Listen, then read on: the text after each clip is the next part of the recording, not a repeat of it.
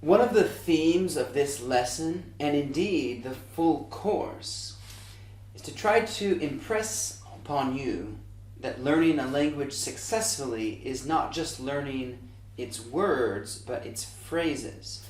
And that maybe you shouldn't try to analyze the word would by itself, but think about its set phrases that often come as a package.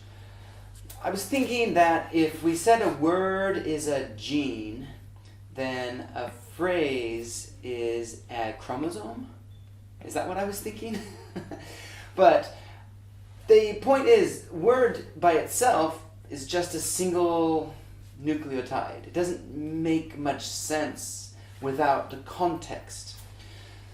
So it might be more important to consider packages like, wouldn't it be nice if, or would you mind going, or would you like to, or I'm not sure that would be a good idea.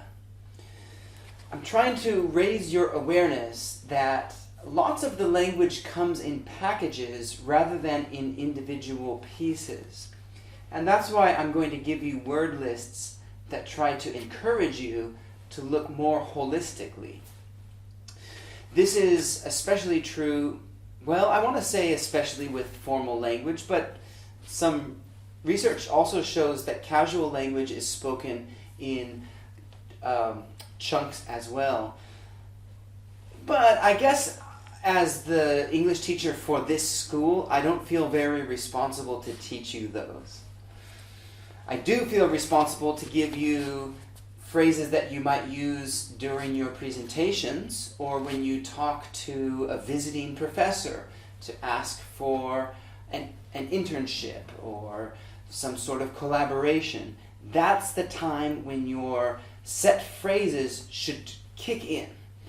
And I'm going to go over a few different forms that they take.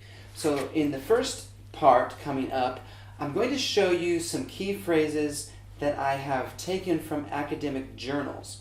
Now, it's important to think that these are written language and not spoken, but there is a lot of overlap. And I have selected certain phrases from the written language that will still be appropriate in spoken.